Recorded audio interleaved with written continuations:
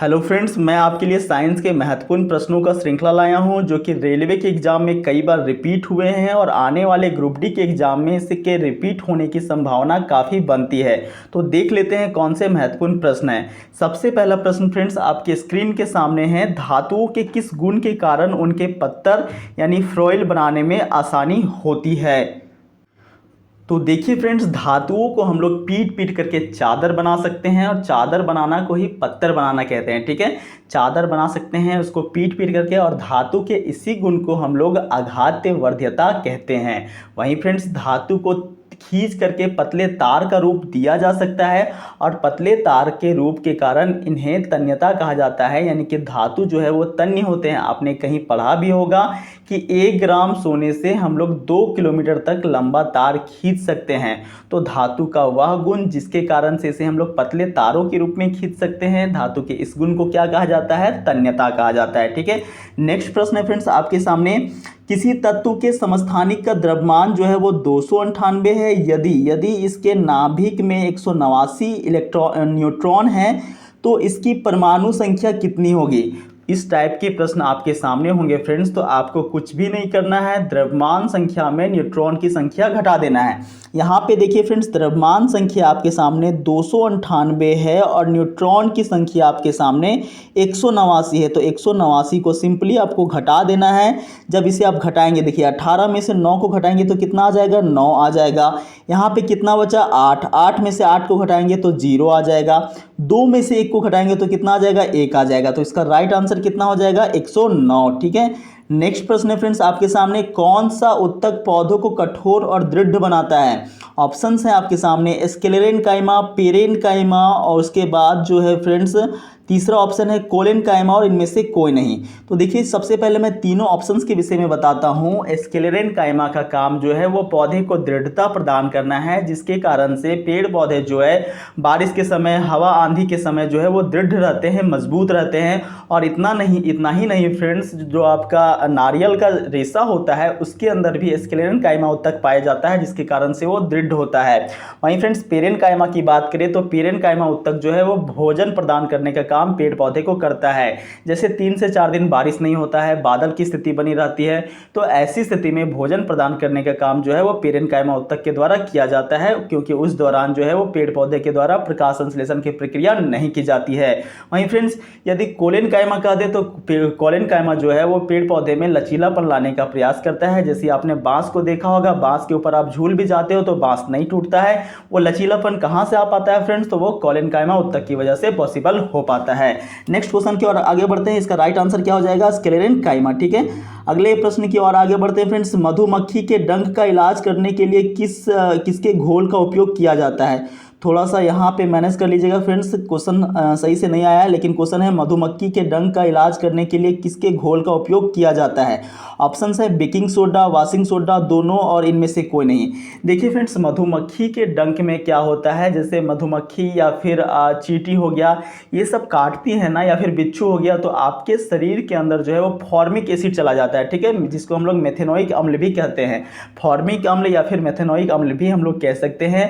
और इसकी वजह से हमारे शरीर में जलन उत्पन्न होने लगता है। जैसे ही हम लोग बेकिंग पाउडर यानी कि बेकिंग सोडा अपने शरीर पे लगाते हैं, जहाँ पे बिच्छू या फिर आपका जो है मधुमक्खी या फिर चींटी जहाँ पे डंक मारता है वहाँ पे लगा लेते हैं, तो हमको रिलीफ महसूस होता है। ऐसा इसलिए होता है फ्रेंड्स, क्योंकि बेकिंग पाउडर के अंदर जो बेकिंग सोडा होता है उसके अंदर क्षार पाया जाता है, और जो काटा है बिच्छू या फिर मधुमक्खी उसके अंदर फॉर्मिक अम्ल है। तो अम्ल और क्षार मिल करके आपस में लवण और जल का निर्माण करते हैं, और इसी को उदासीनीकरण अभिक्रिया कहा जाता है, न्यूट्रलाइजेशन रिएक्शन कहा जाता है, और जिसके कारण से हमारा जो दर्द है वो शांत हो जाता है। ठीक है, उदासीन कर देता है। कुल मिलाकर के जो उसका अम्ल था, उसका जहर था, उसको उदासीन करने का काम जो है वो बेकिंग पाउडर के द्वारा किया जाता है। तो इसका राइट आंसर क्या हो जाएगा फ्रेंड्स, बेकिंग सोडा। ठीक है, अगले प्रश्न की ओर आगे बढ़ते हैं। अगला प्रश्न आपके स्क्रीन के ऊपर है फ्रेंड्स, आप देख पा रहे होंगे, परमाणु के भीतर न्यूट्रॉन द्वारा प्रोटॉन के ऊपर, ठीक है, यहाँ पे प्रोटीन नहीं होगा, प्रोटॉन होगा, प्रोटॉन के ऊपर आरोपित बल क्या कहलाता है। ऑप्शन है नाभिकीय बल, अपकेंद्रीय बल या अभिकेंद्रीय बल। ठीक है, और यहाँ पे इनमें से कोई नहीं। तो ध्यान रखना होगा फ्रेंड्स इस क्वेश्चन का उत्तर देने के लिए। देखिए यहाँ पे जो है ये आप समझिए कक्षा है, यहाँ पे नाभिक है, और नाभिक के अंदर आपको पता होना चाहिए फ्रेंड्स कि प्रोटॉन और न्यूट्रॉन रहते हैं। क्या रहते हैं? प्रोटॉन और न्यूट्रॉन रहते हैं। वहीं फ्रेंड्स कक्षा में क्या घूमते हैं? इलेक्ट्रॉन रहते हैं। ठीक है, तो ये जो न्यूट्रॉन है ना वो इसके ऊपर कौन सा बल लगाता है? तो नाभिकीय बल लगाता है। ठीक है, कौन सा बल लगाता है? नाभिकीय बल लगाता है। वहीं फ्रेंड्स मान लीजिए कि कोई भी व्यक्ति जो है वो वृत्ताकार पथ में चल रहा है, तो केंद्र की तरफ एक बल लगता है जिसको हम लोग कहते हैं अभिकेंद्रीय बल। ठीक है, क्या कहते हैं? अभिकेंद्रीय बल। और बाहर की तरफ एक बल लगता है जिसको कहते हैं अपकेंद्रीय बल। तो तीनों चीज़ आपको समझ में आ गया होगा। इसका राइट आंसर क्या हो जाएगा? नाभिकीय बल। ठीक है, अगला प्रश्न है आपके स्क्रीन के ऊपर कि किसी परिपथ से 6 मिनट में 0.6 एम्पियर धारा प्रवाहित होती है, तो इसमें प्रवाहित विद्युत आवेश की मात्रा कितनी होगी? देखिए फ्रेंड्स, आवेश का जो फॉर्मूला होता है वो होता है Q = I गुना T। ठीक है, Q = I Guna T। Q का मतलब आवेश होता है, I का मतलब विद्युत धारा होता है, और T का मतलब टाइम होता है। ध्यान रहे फ्रेंड्स कि समय हमेशा सेकेंड के अंदर होता है। ठीक है, देखिए धारा कितना है? धारा आपका जो है वो 0.6 है। वहीं फ्रेंड्स टाइम कितना है? 6 मिनट। 1 मिनट में 60 सेकेंड, तो 6 मिनट में कितना? 6 छक 36 यानी कि 360 सेकेंड हो जाएगा। ठीक है फ्रेंड्स, यहाँ से पॉइंट हटाइएगा तो एक नीचे 0 आ जाएगा। ये 10 से एक 10 कैंसिल हो जाएगा। आप 36 को 6 से गुना करेंगे फ्रेंड, तो 6 छक 36 के 6, हाथ में 3, 6 × 18 और 3 21। और आवेश का मात्रा कितना होता है फ्रेंड्स? आवेश का मात्रक जो है वो कूलम्ब होता है। तो इसका राइट आंसर जो है वो 216 कूलम्ब हो जाएगा। ठीक है, अगले प्रश्न की ओर आगे बढ़ते हैं फ्रेंड्स। अगला प्रश्न है चंद्रमा पर किसी वस्तु का भार पृथ्वी पर उस वस्तु के भार का कितना होगा? तो ये कई बार आपने देखा ही होगा फ्रेंड्स, 1/6 होता है। चूंकि चंद्रमा का द्रव्यमान पृथ्वी के द्रव्यमान के 1/6 है, इस वजह से चंद्रमा पे भार जो है वो पृथ्वी के भार की तुलना में 1/6 हो जाएगा, क्योंकि चंद्रमा पे गुरुत्वाकर्षण बल पृथ्वी के गुरुत्वाकर्षण बल से 1/6 है, यानी काफ़ी कम है। ठीक है, यदि आपका पृथ्वी पे भार जो है वो कितना है? मान लो 60 kg है, तो आप चंद्रमा पे जाओगे तो आपका भार कितना का हो जाएगा? इसका 6 बाई कर लो तो 10 kg का आपका भार जो है वो चंद्रमा पे रह जाएगा। ठीक है, ध्यान रखिएगा इस चीज़ को।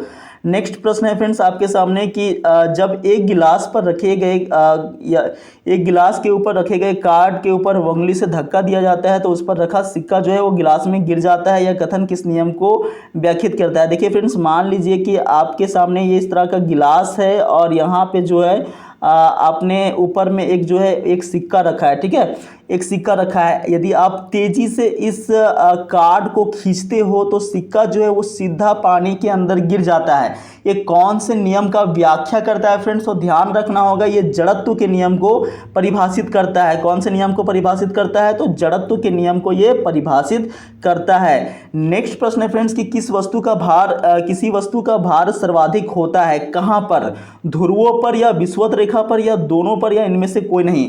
तो ध्यान रखिएगा फ्रेंड्स कि पृथ्वी जो है ना वो चपटी है। चपटी है कहने का मतलब है फ्रेंड्स कि इसका जो दूरी है ना वो विषुवत रेखा की ओर ज़्यादा है ध्रुव के मुकाबले। ठीक है, विषुवत रेखा की ओर इसकी दूरी ज़्यादा है ध्रुव के मुकाबले।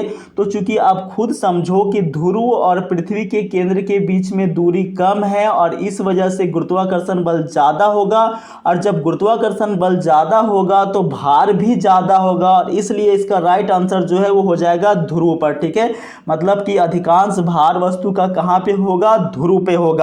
उम्मीद करते हैं सारे प्रश्न आपको समझ में आए होंगे फ्रेंड्स। इसी प्रकार का साइंस के महत्वपूर्ण प्रश्नों को श्रृंखला में आपके लिए लाते रहूंगा। मिलते हैं नेक्स्ट वीडियो में, तब तक के लिए नमस्कार।